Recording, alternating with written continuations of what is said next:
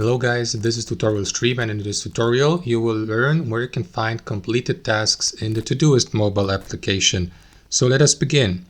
Launch the Todoist app and let me navigate to the inbox and mark one of these tasks as complete here at the top in the inbox by tapping into that dot here to the left. Now as you can see, that task has been completed. You can undo this, of course. Now guys, if you'd like to check how many of these tasks you have already completed, you may do that by accessing your activity log. To do that, tap into these three dots in the top right and select activity log here from the drop-down menu. Or alternately, you may also tap into browse in the bottom right corner and tap into completed here, for example.